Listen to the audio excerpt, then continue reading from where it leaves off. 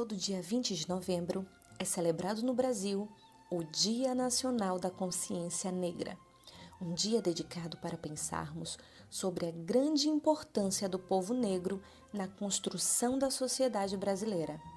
A data, 20 de novembro, foi escolhida porque foi o dia da morte de Zumbi dos Palmares, um dos maiores líderes negros do Brasil que lutou pela libertação do seu povo da escravidão.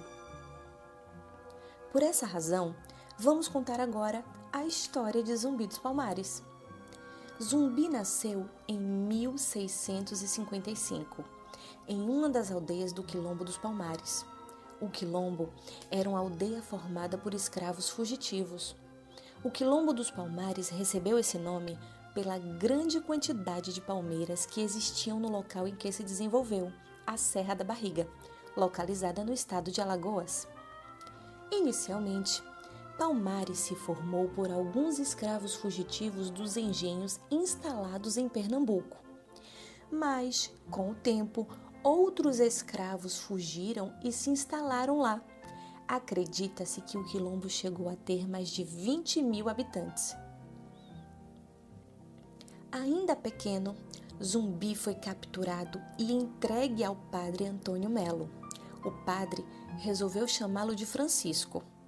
O tempo passou e Francisco, já adolescente, lia, escrevia, falava latim e português, interessava-se pelas estratégias do jogo do xadrez e ajudava nas missas como coroinha. O padre Antônio Melo escreveu várias cartas a um amigo, exaltando a inteligência do garoto. Era um garoto brilhante. Por volta de 1670, com 15 anos, Zumbi fugiu e voltou para o Quilombo. Neste período, o Quilombo dos Palmares já tinha um líder. Era o tio de Zumbi. O seu nome era Gangazumba. Porém, este líder já estava cansado de tantas lutas para defender o Quilombo e estava decidido a assinar um acordo de paz. Mas o acordo não iria acabar com a escravidão, e isso desagradou boa parte dos integrantes do Quilombo. Foi nesse momento que Zumbi rompeu com seu tio Gangazumba e passou a ser aclamado como grande chefe por aqueles que ficaram em Palmares. Zumbi tornou-se um dos líderes mais famosos de Palmares. Alguns dizem que o nome Zumbi significa força do espírito presente. Ele lutou incansavelmente contra a escravidão dos negros e era reconhecido como um protetor leal e corajoso do seu povo. Zumbi era um extraordinário e talentoso dirigente militar. Explorava com inteligência as peculiaridades da região. Durante 17 anos, Zumbi comandou o maior quilombo de todo o período colonial da América Latina.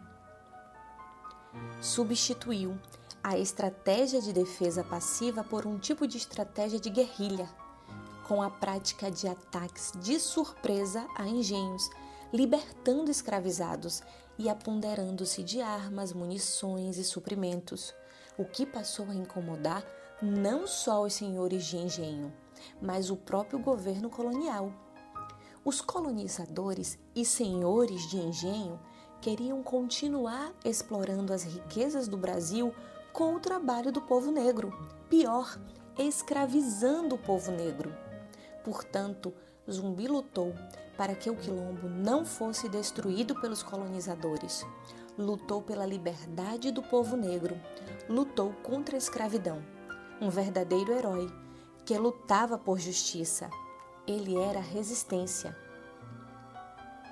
Porém, em 1694, o Quilombo foi invadido por forças lideradas pelo bandeirante paulista Domingos Jorge Velho. Era uma galera que queria prender novamente os negros fugitivos que viviam nos quilombos e manter a escravidão. Nesta invasão, Zumbi foi ferido, mas conseguiu escapar.